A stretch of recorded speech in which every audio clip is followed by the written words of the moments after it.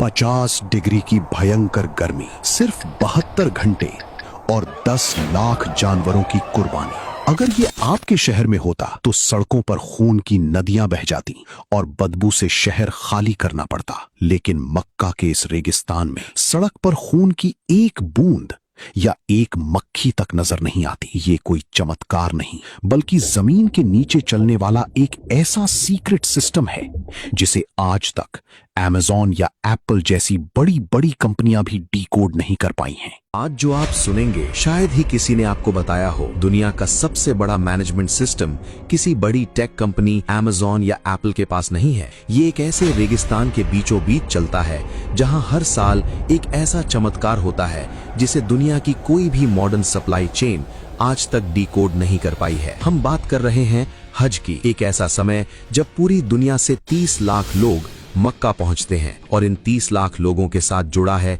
एक ऐसा secret operation जो सिर्फ और सिर्फ 72 घंटों के लिए एक्टिवेट होता है। लेकिन ये सिर्फ शुरुआत है, असली चौंकाने वाला हिस्सा तो अभी आने वाला है। अपने दिमाग में जरा एक कैलकुलेशन कीजिए, अगर आपके शहर में 10,000 जानवरों की कुर्बानी हो तो सड़कों का क्या हाल होगा। गंदगी, बदबू और बीमारियों का डर। अब सोचिए, एक ऐसी जगह जहां गर्मी 50 डिग्री सेल्सियस तक पहुंच जाती है और वहां सिर्फ 3 दिन के अंदर 10 लाख से ज्यादा जानवरों की कुर्बानी होती है। और हैरानी की बात यह है कि वहां एक मक्खी भी नहीं भिनभिनाती, खून की एक बूंद सड़क पर नजर नहीं आती। अगर आपको ये सब मैनेज करना होता तो आप कहां से शुरू करते? शायद आप हार मान लेते और कहते कि ये नामुमकिन है। यही सवाल सलमान के दिमाग में भी था। सलमान, जो भारत का एक टॉप सप्लाई चेन एनालिस्ट है, जब वो पहली बार हज पर गया तो उसे लगा कि यहाँ तो भयंकर अव्यवस्था होगी। उसका लॉजिक कहता था कि 10 लाख जानवरों का मांस एक ही जगह पर एक ही समय में प्रोसेस करना इंसान के बस की बात नहीं है। उसे लगा कि पक्का मांस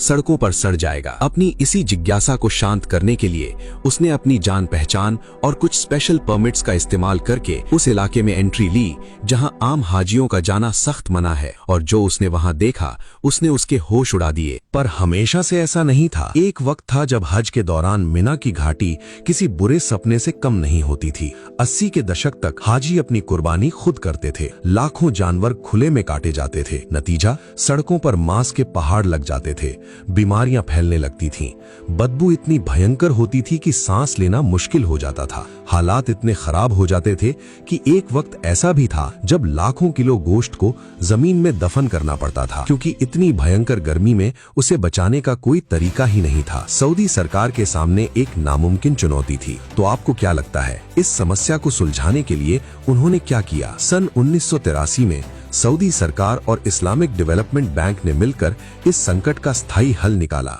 उन्होंने जमीन के नीचे और ऊपर एक ऐसा सीक्रेट शहर बसा दिया जिसके बारे में 99% लोग आज भी नहीं जानते। इस ऑपरेशन को सिर्फ एक देश नहीं बल्कि पूरी मुस्लिम दुनिया के सबसे बड़े डेवलपमेंट नेटवर्क्स में से एक चलाते हैं। ध्यान से सुनिए, ये कोई आम कसाई खाना नहीं है। ये सिर्फ एक कसाई खाना नहीं बल्कि 7 विशाल इंडस्ट्रियल शहरों का नेटवर्क है। करीब 10 लाख स्क्वायर मीटर में फैला एक ऐसा सिस्टम जहां 10 अलग अलग स्लॉटर साइट्स बनाई गई हैं। साल के 362 दिन ये शहर लगभग सोया रहता है और फिर सिर्फ 3 दिनों के लिए ये पूरी ताकत से जाग उठता है। सलमान जब उस कॉम्प्लेक्स के अंदर घुसा तो उसे लगा जैसे वो किसी हॉलीवुड की साइंस फिक्शन फिल्म के सेट पर आ गया हो। बाहर चिलचिलाती धूप थी, लेकिन अंदर का तापमान एकदम जमा देने वाला था। वहां मौजूद हर कर्मचारी के कपड़ों से लेकर जूतों तक को डिसइंफेक्टिंग चेंबर्स से गुजारा जाता था। सलमान ने देखा कि हर सेक्शन अलग अलग लेयर्स में बटा हुआ था। कहीं मेडिकल इंस्पेक्शन चल रहा था,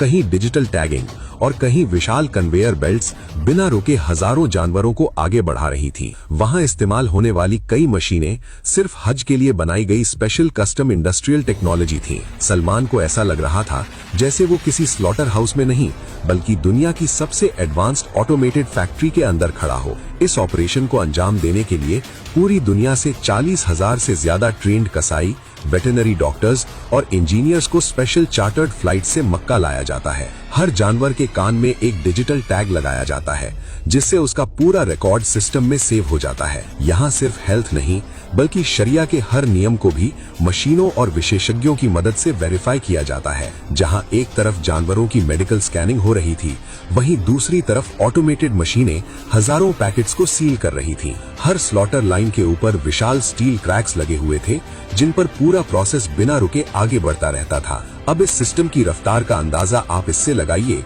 कि यहाँ औसतन हर 7 सेकंड में एक कुर्बानी प्रोसेस हो जाती है। जी हाँ, सिर्फ 7 सेकंड। सिर्फ कुछ सेकंड की देरी भी पूरे सिस्टम को बिगाड़ सकती थी, इसलिए हर मशीन एक दूसरे से सिंक्रोनाइज थी। अब इस पूरे सिस्टम को इंसान नहीं बल्कि आर्टिफिशियल इंटेलिजेंस मॉनिटर करती है। एक कंट्रोल रूम ऐसा भी था जहाँ दीवारों पर लगी विशाल स्क्रीनें पूरे ऑपरेशन को लाइव मॉनिटर कर रही थीं।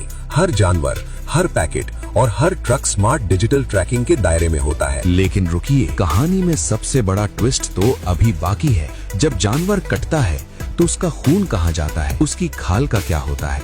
10 लाख जानवरों का मतलब है करीब 1.5 से 2 करोड़ किलो तक मांस। इस विशाल मात्रा को 72 घंटे में प्रोसेस करना और खराब होने से बचाना एक इंजीनियरिंग मिरेकल है। कुर्बानी के दौरान निकलने वाला खून खुले में या नालियों में नहीं बहता। जमीन के नीचे पाइप्स, ड्रेनेज चैनल्स और कूलिंग टनल्स का ऐसा जाल बिछा था मानो रेगिस्तान के नीचे एक दूसरी इंडस्ट्रियल दुनिया चल रही हो। कुर्बानी के बाद सफाई के लिए हाई प्रेशर सैनिटाइजिंग मशीनें तुरंत एक्टिव हो जाती थीं, ताकि कुछ ही मिनटों में पूरा एरिया दोबारा चमकने लगे। जानवरों की खालें लेदर इंडस्ट्री में भेज दी जाती हैं और एक अलग अंडरग्राउंड वेस्ट प्रोसेसिंग यूनिट हर मिनट टनों बायोलॉजिकल वेस्ट को रिसाइकिल कर रही थी, जिससे बायो फर्टिलाइजर बना दिया जाता है। पूरा सिस्टम इस तरह डिजाइन किया गया था कि जानवर के आने से लेकर मीट पैकेट बनने तक इंसानी हाथों का इस्तेमाल कम से कम हो। सलमान को सबसे ज्यादा हैरानी इस बात की हुई कि इतने बड़े ऑपरेशन के बावजूद वहां इंसानों से ज्यादा मशीनें काम करती नजर आ रही थीं। जैसे ही गोश्त तैयार होता है, बड़ी बड़ी ऑटोमेटेड मशीनें उसे काटती हैं। सलमान ने देखा कि कुछ मशीनें इतनी तेज थीं कि इंसानी आंख उनके ब्लेड्स की मूवमेंट तक नहीं देख पा रही थी। इतनी विशाल मात्रा में मांस को खराब होने से बचाने के लिए इंडस्ट्रियल वैक्यूम पैकिंग मशीनें लगातार 24 घंटे काम करती रहती थीं। कुछ जगहों पर रोबोटिक आर्म्स गोश्त को कन्वेयर बेल्ट से उठाकर सीधे फ्रीजिंग सेक्शंस में डाल रहे थे। इन फ्रीजर्स की क्षमता इतनी विशाल है कि इनमें 7 लाख जानवरों का गोश्त एक साथ स्टोर किया जा सकता है। हजारों टन बर्फ और कूलिंग गैस पाइपलाइंस इस पूरे सिस्टम को लगातार ठंडा रखती थीं। एक सेक्शन ऐसा भी था जहां सिर्फ तापमान मॉनिटर करने वाली मशीनें लगी थीं, क्योंकि तापमान में हल्की सी गलती भी करोड़ों किलो गोश्त को खराब कर सकती थी। हर फ्रीजिंग चेंबर के बाहर डिजिटल स्क्रीनें लगी थीं, जिन पर अंदर का टेम्परेचर और स्टोरेज डेटा हर सेकंड अपडेट हो रहा था। 20 जायंट फ्रीजर्स के अंदर सिर्फ 15 से 20 मिनट में वो गोश्त -40 डिग्री पर जमकर पत्थर हो जाता है, ताकि उसमें कोई बैक्टीरिया पनप ना सके। एक पर्ची कटवाने से लेकर पैकेट बनने तक पूरा सिस्टम किसी स्विस घड़ी की तरह चलता है। आज के समय में हाजी को खून और गंदगी के बीच जाने की जरूरत ही नहीं है। वो डिजिटल कूपन खरीदता है, अपने तंबू में आराम से बैठा होता है और उसके नाम की कुर्बानी इस हाईटेक फैसिलिटी में हो जाती है। हाजी को पता भी नहीं चलता और कुछ मिनट बाद उसके मोबाइल पर एक मैसेज आता है, आपकी कुर्बानी मुकम्मल हो चुकी है। लेकिन अभी भी एक आखिरी सवाल बाकी है। क्या आपको याद है मैंने शुरू में कहा था कि असली चौंकाने वाला सच कुछ और है?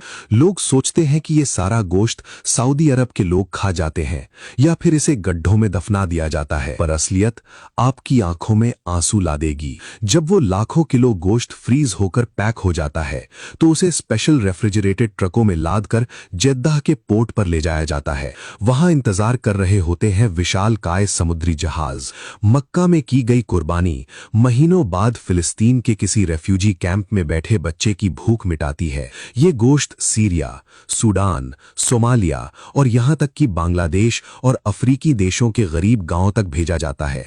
दुनिया भर के 27 से भी ज्यादा देशों में इसे डिस्ट्रीब्यूट किया जाता है। जो इंसान हज पर आया है उसे शायद कभी पता भी नहीं चलता कि उसके द्वारा दिए गए पैसे से हुई कुर्बानी 7 समंदर पार किसी ऐसे परिवार को जिंदा रखे हुए है जिसने महीनों से पेट भर खाना नहीं खाया। ये सिर्फ एक लॉजिस्टिक्स या मैनेजमेंट सिस्टम नहीं है, ये इंसानियत और टेक्नोलॉजी का दुनिया में सबसे बड़ा और सबसे खामोश संगम है। एक ऐसी जगह जहां सदियों पुरानी एक धार्मिक परंपरा को मॉडर्न साइंस ने दुनिया की सबसे बड़ी ग्लोबल चैरिटी में बदल दिया है। एक ऐसी सप्लाई चेन जहां न कोई प्रॉफिट मार्जिन है न कोई मार्केटिंग, बस एक ही मकसद है कि दुनिया के किसी कोने में कोई इंसान भूखा न सोए। अब एक बार फिर से सोचिए, 10 लाख जानवर हर 7 सेकंड में एक कुर्बानी, 40,000 लोग, 7 विशाल शहर, आर्टिफिशियल इंटेलिजेंस, मशीनें जो पलक झपकते ही अपना काम कर जाती हैं, और 27 देश। क्या आपने कभी इस सीक्रेट मैनेजमेंट सिस्टम के बारे में सपने में भी सोचा था?